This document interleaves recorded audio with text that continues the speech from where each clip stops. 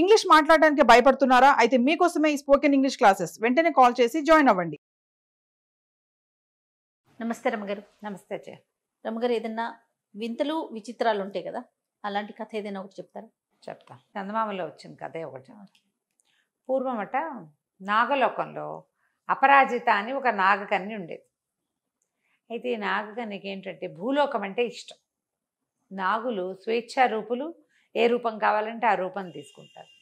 ఆమె సర్ప రూపంలో కాకుండా మానవ రూపంలో భూలోకంలోకి వచ్చి అక్కడ విహరిస్తూ ఉండేది. ఒక మడుగులోకి వచ్చేదట ఆవిడెప్పుడు. ఆ మడుగు ఎక్కడ ఉంది? ఈ మన ఏమనాలి, ఉజ్జయిని నగరానికి దగ్గరలో ఉన్న ఒక అడవిలో చాలా మడుగులు ఉన్నాయి. ఒకటి రహస్యంగా ఒక మూలకి ఉన్న ఒక మడుగు ఉండేది. అక్కడెక్కడా మానవ సంచారం ఉండేది కాదు. ఆ అడవిలో తిరిగి ఎవరైనా మనుషులు తిరిగినా ఈ మూలకున్న ఈ మడుగులోకి వచ్చేవారు కాదు. అవి చాలా తీపి నీరు, చాలా స్వచ్ఛంగా ఉండేది. బోల్డ్ చేపలు పెరిగేవి. ఈ సర్పకన్య నాగకన్య ఏం చేసేది, నిజానికి సర్పాలు చేపల్ని మింగేస్తాయి. ఒక పెంపుడు చేప ఉండేది ఆవిడికి. ఆ పెంపుడు చేపతో ఆడుకుంటూ నీళ్ళల్లోకి దిగుతూ లేస్తూ ఇక్కడ ఆడుకునేది. ఈ ఉజ్జయిని నగరానికి దగ్గరున్న అడవిలో ఉన్న రహస్య మడుగులో ఎప్పుడూ విహారానికి వచ్చేది. ఆవిడికి ఒంటరిగా ఉండటము అవి ఇష్టం. చేపలతో ఆడుకునేది. ఓ పెంపుడు చేప ఆవిడే కబుర్లు చెప్పుకున్నారు. సర్పము చేప వాళ్ళ భాషలో వాళ్ళు మాట్లాడుకుంటారు.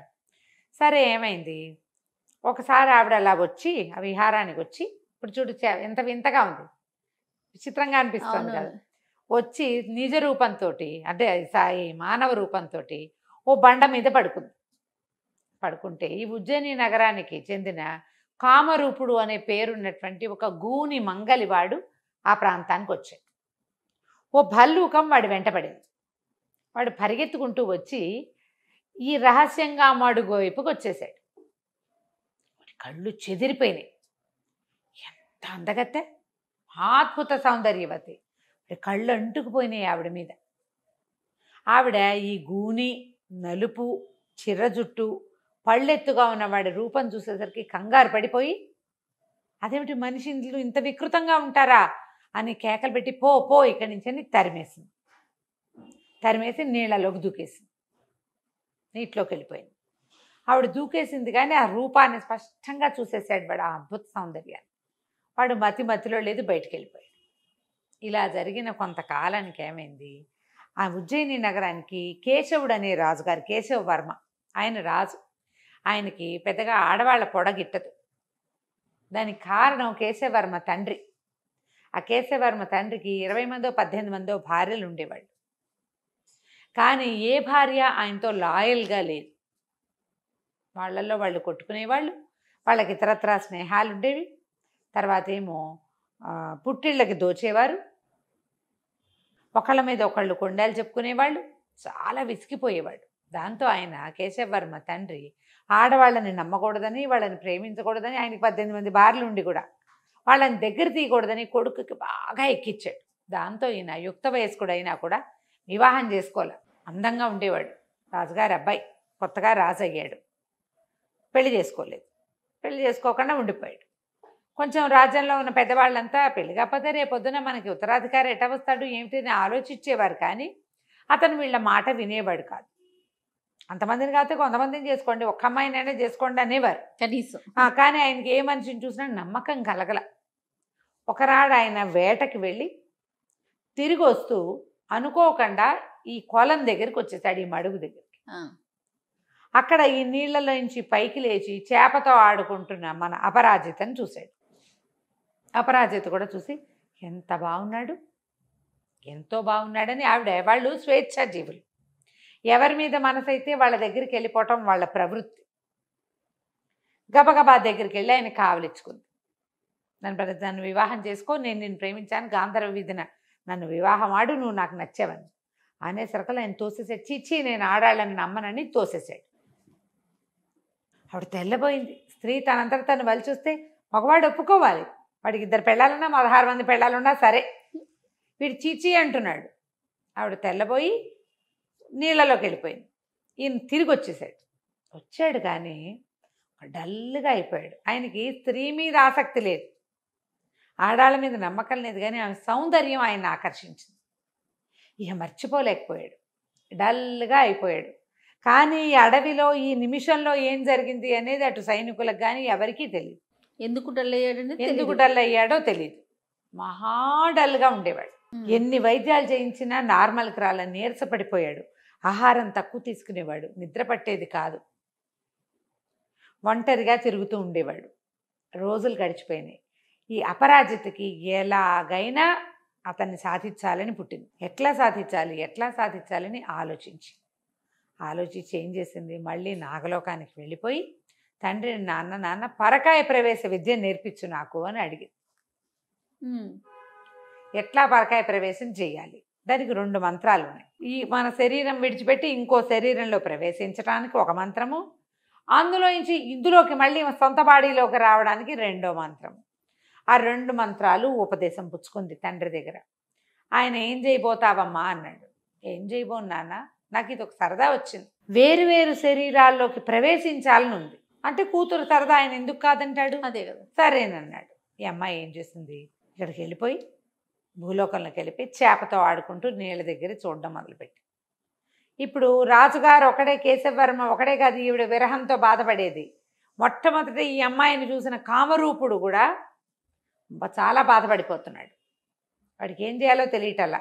ఆ అమ్మాయి కావాలి వాడికి, కానీ ఎలా కుదురుతుంది? అదేదో నాకన్యో దేవకన్యో ఏదో గంధర్వకాంతో. తను చూస్తే మనిషి, వికృతాకారుడు, గూనివాడు, మంగలివాడు. తనకు అంత అవకాశం లేదు. సరే ఆలోచించి ఏమనుకున్నాడు, మళ్ళీ ఓసారి అమ్మాయిని చూద్దామని ఆ మడుగు దగ్గరికి వెళ్ళాడు. ఒక పక్కన దాక్కుని చూద్దాం అనుకున్నాడు. ఆమెనే ఏదైనా చేసే ఉద్దేశం లేదు వాడికి, అదేలేండి, తన వల్ల కాదు. ఒక మడుగు పక్కన దాక్కుని చూస్తుంటే చూసేసింది. చూసి రమ్మని పిలిచి నాకు నీకేమిటి, నేను నచ్చానా ఏమిటని కనుక్కునేసరికల్లా సరే చెప్పాడు, నాకు నచ్చావు, కానీ నేను ఇట్లా మామూలు వాడిని కదా. అంటే ఓ పని చెయ్యి, నువ్వు రాజుగారిని తీసుకురా, రాజుగారి వ్యాధి నయం చేస్తానని చెప్పు. అతన్ని తీసుకురా, అతని శరీరంలోకి నువ్వు ప్రవేశించు, నేను నిన్ను వివాహం చేసుకుంటా, నీకు కూడా మంచి శరీరం వస్తుంది. నీకు కదా కావాలి, నీ శరీరానికి కాదు, నీకు కావాలి. నువ్వు రాజుగారిగా మారిపోయావనుకో, రాజు అవ్వటం నీకు ఇష్టమే కదా, హాయిగా నువ్వు రాజుగా ఉండు, నేను రాణిగా ఉంటాను. అవంతా ఎలా సాధ్యమో అన్నాడు. సాధ్యమే, నీకు 2 మంత్రాలు ఉపదేశిస్తా, నేర్చుకోమని 2 మంత్రాలు ఉపదేశించింది. నువ్వు పోయి రాజు దగ్గరికి వెళ్ళు, ఆయనకి ఎట్లాగో ఒంట్లో బాగుండలేదని చెప్తున్నావు కదా, ఆయన్ని ఇక్కడికి తీసుకురా, ఆయనకి శరీరంలోకి నువ్వు ప్రవేశించు కానీ, ప్రవేశించాక అప్పుడు నన్ను వివాహం చేసుకుందు కానీ. ఓకే ఆనంగానే బాగుందిగా, చాలా బాగుంది. సరే ఏమైంది, వీడేం చేశాడు, కామరూపుడు మంగలివాడు కదా, మామూలు తలమర్దనలు అవి చేస్తాడు. రాజుగారి వ్యాధిని కుదిర్చే మందు నా దగ్గర ఉందని కోట దగ్గర చెప్పేసరికి అలా చూస్తున్నారు ఎన్ని రకాల వైద్యాలు, దిష్టిలు తీస్తున్నారు, సోదులు చెప్పిస్తున్నారు, ఏమీ అవడం లేదు. సరే వీడేదో చెప్తున్నాడు కదా, వీళ్ళ దగ్గర వైద్యాలు ఉంటాయి, వాళ్ళ దగ్గర చిన్న చిన్న శస్త్రాలు, ఏదైనా గడ్డ వస్తే దాన్ని కట్ చేసి మందేయటాలు అలాంటివి ఉన్నాయి. రాజుగారికి ఏం పుండు పుట్టిందో ఈ అబ్బాయి చూస్తాడు అనుకున్నారు. వీడు వెళ్ళి రాజుగారిని, మహారాజా ఇక్కడ కాదండి, ఆ మంత్రం పారాలంటే మనం అడవిలో ఉన్న మడుగు దగ్గరికి వెళ్ళాలని అక్కడికి వెంబడబెట్టు తీసుకుపోయాడు. అడవిలోకి తీసుకుపోయి ఏం చేశాడంటే, అక్కడ ఒక చచ్చిన చిలక కనపడింది. ఈ గూనివాడు మంత్రం చదివి చచ్చిన చిలకలోకి ప్రవేశించాడు. రాజు చూస్తుండగానే గూని మంగలివాడు పడిపోయాడు. చిలక నమస్కారం మహారాజా అంది. అనగానే రాజు ఆశ్చర్యపోయాక ఈ చిలక మళ్ళీ చిలకలో ఉన్న గూని అబ్బాయి మంత్రం చదివి మళ్ళీ గూనివాడి శరీరంలోకి ప్రవేశించేసరికల్లా మళ్ళీ గూనివాడు లేచి కూర్చుని, చూసారా మహారాజా ఎంత అత్యద్భుతమైన మంత్రం, మీకు ధైర్యం ఉంటే మీ అనారోగ్యం తగ్గిపోతుంది, ధైర్యం ఉంటే చిలకలోకి ప్రవేశించండి అన్నాడు. అనగానే రాజుకి గూని వెధవకే మంత్రాలు చదివి శరీరాలు మారే ధైర్యం అంటే ఇంత గొప్ప మహారాజుని నాకు లేదా అని అనుకొని ఏం చేశాడు, చటుక్కున ఆయన మంత్రం నేర్చుకున్నాడు, 2 మంత్రాలు నేర్చుకున్నాడు. ఆ చిలకలోకి ప్రవేశించాడు. ఎప్పుడైతే రాజుగారి శరీరం పడిపోయి చిలకలోకి వెళ్ళిపోయాడో గూనివాడు వెంటనే తన మంత్రం చదివేసుకుని గూని శరీరం వదిలిపెట్టి రాజు శరీరంలోకి ప్రవేశించి రయ్యమని పరిగెత్తుకుంటూ తన పరివారాన్ని దూరంగా పెట్టి నుంచోబెట్టి ఇక్కడ మాట్లాడుతున్నారు అనమాట. వాళ్ళని కలుసుకున్నాడు. యాక్టివ్గా అప్పటిదాకా ఉమ్మని మొహం పెట్టుకుని ఏడుపు మొహంతో డల్గా అయిపోయిన రాజుగారు ఒక్క ఉదుటిన పరిగెత్తుకొస్తూ ఉండటం చూసి సైన్యం అంతా ఆయనతో వచ్చిన జనం ఆశ్చర్యపోయారు. రాజుగారు అడవిలోకి వచ్చేప్పుడు కొంతమంది వచ్చారు, పరివారాన్ని కలుసుకుని పదండి ఇంటికి వెళ్ళిపోదామని కోటకు వెళ్ళిపోయాడు. వెళ్ళిపోయేసరికల్లా రాజుగారు చిలక రూపంలో ఉన్నవాడు ఆశ్చర్యపడి, ఇదేంటి నా శరీరం ఏది? ఆశ్చర్యపోయి ఈ చచ్చిన చిలకలో ఉండటం కంటే గూనివాడి శరీరంలో ఉందామని గూని శరీరంలోకి ప్రవేశించాడు. రాజుగారి శరీరంలో ఉన్న గూనివాడేమో రథం ఎక్కి గుర్రమెక్కి వెళ్ళిపోయాడు. ఈ గూనివాడి శరీరంలో ఉన్న రాజుగారు ఏం చేశాడు? నడుచుకుంటూ పోయాడు. కోట దగ్గరికి వెళ్ళి నేనే రాజునంటే ఎవరు నమ్ముతారు? అదే కదా, శరీరం చూసి అసలు రాజుగారు లోపలికి వెళ్ళిపోయాడు. అదే దొంగ రాజుగారు లోపలికి వెళ్ళిపోయాడు. అసలు రాజుగారి గూని శరీరంతో బయట నుంచుని ఉన్నాడు. ఆయనకి ఏం చేయాలో తెలియలే. అమ్మ గూని వెధవా, ఎంత మోసం చేసేవరా, నా శరీరం నాకు ఎట్లా వస్తుంది? దాంతో ఇక లబోదిబోం అనుకున్నాడు. ఏమనుకున్నాడు? ఆయనకి అప్పుడు నాగకన్య గుర్తొచ్చింది. పాపం కావలించుకుంది, నన్ను ప్రేమించానంది, ఏదైనా సహాయం చేస్తుందని అటు వెళ్ళాడు. వెనక్కి వెళ్ళి ఆ మడుగు దగ్గరికి వెళ్ళాడు. దగ్గరికి వెళ్ళేసరికల్లా గూనివాడు మారిపోయాడని అమ్మాయికి అర్థమైపోయింది. మారిపోయాడు వీడు, తన సలహానే కదా, తన సలహానే కదా.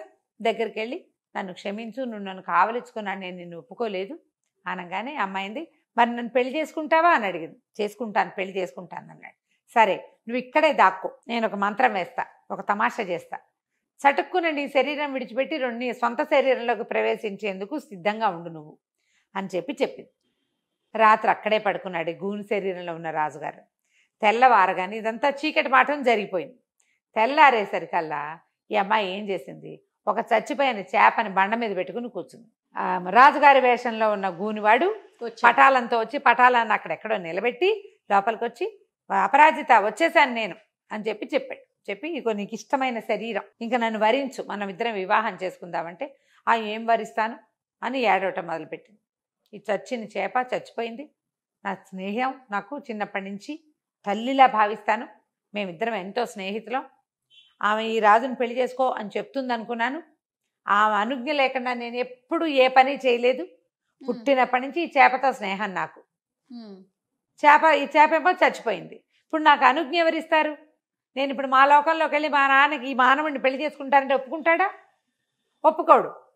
చేప అయితే నాతో స్నేహం కాబట్టి, దానికి మనుషులతో పరిచయం ఉంది కాబట్టి ఒప్పుకుంటుంది. ఇప్పుడు చేప ఏమో చచ్చిపోయింది పొద్దున్నే, నేను ఎవరు అనుజ్ఞ తీసుకోవాలి? అనుజ్ఞ లేకుండా పెళ్ళిళ్ళు చేసుకుంటారా మీ లోకంలో? మేమైతే అట్లా చేసుకోమని ఏడవడం మొదలుపెట్టింది. చేప గూనివాడికి అర్థం కాల, వాడికి తట్టింది. ఇది చచ్చిపోయింది కదా, ఏముంది, దీన్ని బతికిస్తే సరిపోతుంది, అంతే కదా, చేప బతికి అనుజ్ఞ ఇవ్వాలి నీకు, అంతేగా, ఉండు నువ్వు అని రాజుగారి శరీరం మొదలుపెట్టి మంత్రం చదివేసి చేప శరీరంలోకి ప్రవేశించి ఓ అపరాజిత, బంగారు తల్లి, ఈ రాజును పెళ్లి చేసుకో అన్నాడు. చేప మాట్లాడుతుంది కదా. ఈ లోపల ఏమైంది? రాజుగారు గూనివాడి శరీరం వదిలిపెట్టేసి తన బాడీలో ప్రవేశించాడు. తన బాడీలోకి వచ్చేసాడు. అర్థమైపోయింది. అపరాజిత ఒక్క ఉదుటును లేచి అలాగే అని చేపనెత్తి నీళ్ళలో విసిరేసి, నీటిలో విసిరేసి రాజును కావలించుకుంది.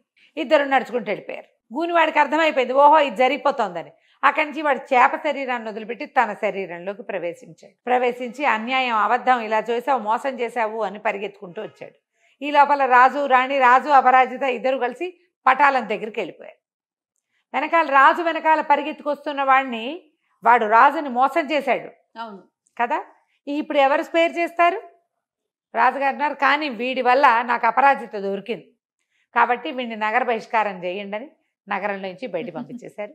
రాజు అపరాజిత వివాహం చేసుకున్నారు. చాలా కాలం కలిసి సుఖంగా ఉన్నారు. కథ కంచికి మనం ఇంటికి. బాగుంది, ట్విస్ట్ బాగుంది. ముందు శరీరాలను వదలటమే పని. అదే, చాలా బాగుంది. నమస్తే. నమస్తే.